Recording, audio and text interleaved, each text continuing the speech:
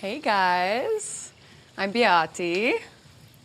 And I'm Beati's husband, Adam. This is like the Ariel of spicy ramen because it's hot and I want to stay with her forever. And you keep coming back for more? And I keep coming back for more. That's right, up top. And then Anna said, "So how do I know when I'm with you that it's the real you?"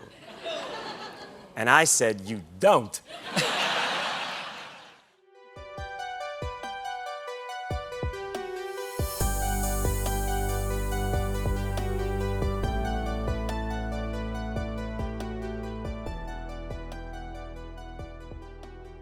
Hello everyone and welcome to my channel. This is Boot Art, and today I wanted to speak about the idea of love or adoration and how it's marketed and sold as a commodity in modern times. This wasn't my idea for a video, as I'm working on something else entirely. Request claim on claim numbers 158, 183. But with the explosion of these cheating scandals in such quick succession, I realized there's no better time to speak about this topic, as it's interesting to explore and can also be transposed to the fascination for this type of characters inside fictional works. And that's been very incredible. And she's kind of held my hand through that hell. And we're having a baby together. Adam Levine, John Mulaney, and Ned from the Try Guys are people that presented themselves as these wife-adoring guys, and that, because of this specific trait, won over the female audience. It's this trademark they created to make themselves more likable and, why not, marketable, that later on will lead to their fall from grace, as the betrayal of their real-life partner will, in turn, translate into their betrayal of the general public to whom they sold their image. Many people are linking this behavior with the idea that those who portray the love the most are overcompensating, and while I don't disagree completely with the statement, as is mostly true, there's something far more capitalistic about the matter. Let's take Ned's case, as it's the most recent one and also the one where we can see more clearly what I'll be talking about. We need to understand that, besides overcompensating, Ned is selling a commodity. People like him wouldn't exist if people weren't taught to want unhealthy levels of adoration from their romantic partners. Hello, Ned's wife. I love you. Which is why they seek to sell this online persona in the first place.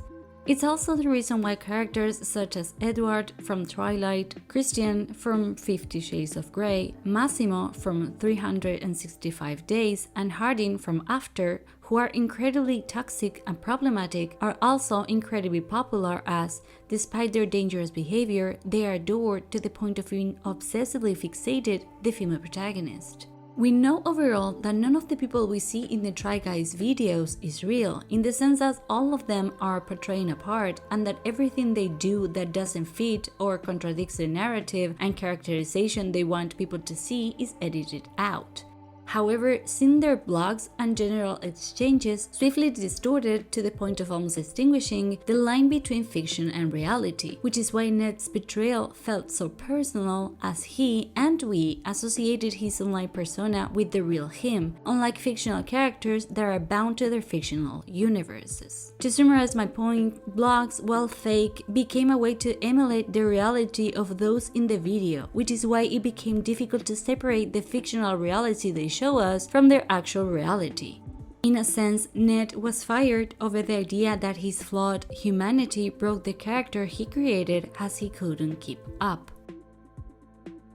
And deviating a little bit about the core of the video, the Try Guys are indifferent from Ned in the sense that they know what they're selling and what image they want to be associated with. I'm not sure if them deciding to detach Ned from their videos is made solely under the premise that they have Ariel's back, but it's true that Ned losing his primary characteristic in such a spectacular and negative manner makes him unsellable, which is why keeping him can easily translate to less revenue and the deterioration of their image as a group in the long run. I'm sure that Ned is still somewhat a part of the Try Guys, even if we can see him, as he is one of the co-owners of the brand. The deification of a romantical partner makes their fall from grace all the more catastrophic, as the individuals composing that relationship aren't fictional, but rather two very real and flawed people. which is why this type of dynamics are only visible and possible in the long run inside fictional universes that usually show us a very specific frame of time. We are constantly bombarded with the idea of getting a partner that shows us the same level of adoration as Mr. Darcy, which most times ends up in a complete disappointment when we realize that that type of romance isn't always possible, or at least not feasible endlessly, as love, romantic love, mutates over time with different relationships and/or experiences. When the roles are reversed and the women are the adoring ones while their male partners are those adored, these type of romantic relationships are often depicted as having imbalances of power because one of the two people involved is then completely and absolutely enamored with the other, which gives that other person absolute control over their partner. I'm not saying that the adoring person isn't toxic, nor am I diminishing the love that the adored person feels, but that the main resulting point of this dynamic is usually the control exercised by the man over the woman, who does not rebel for fear of the consequences.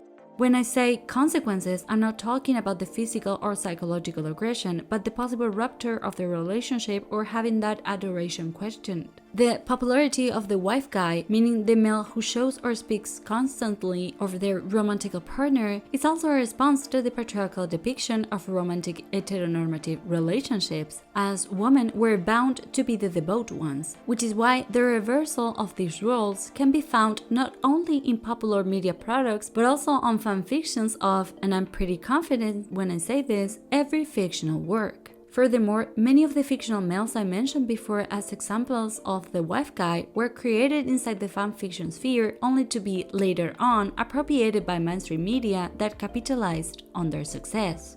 I'm not, under any circumstance, excusing their behavior or diminishing their responsibility not only to their respective partners but also to their fans, as they chose to portray this specific character in order to, once again, profit from the positive value that image gave them and that in exchange prompted those who enjoyed the specific content to consume their products.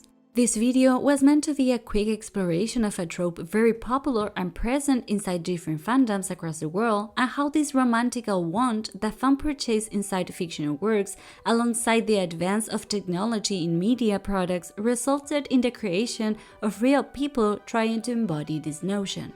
In any case, let me know your thoughts in the comments below. Please subscribe if that's your wish, as I have many videos planned, and I hope you have a very good day.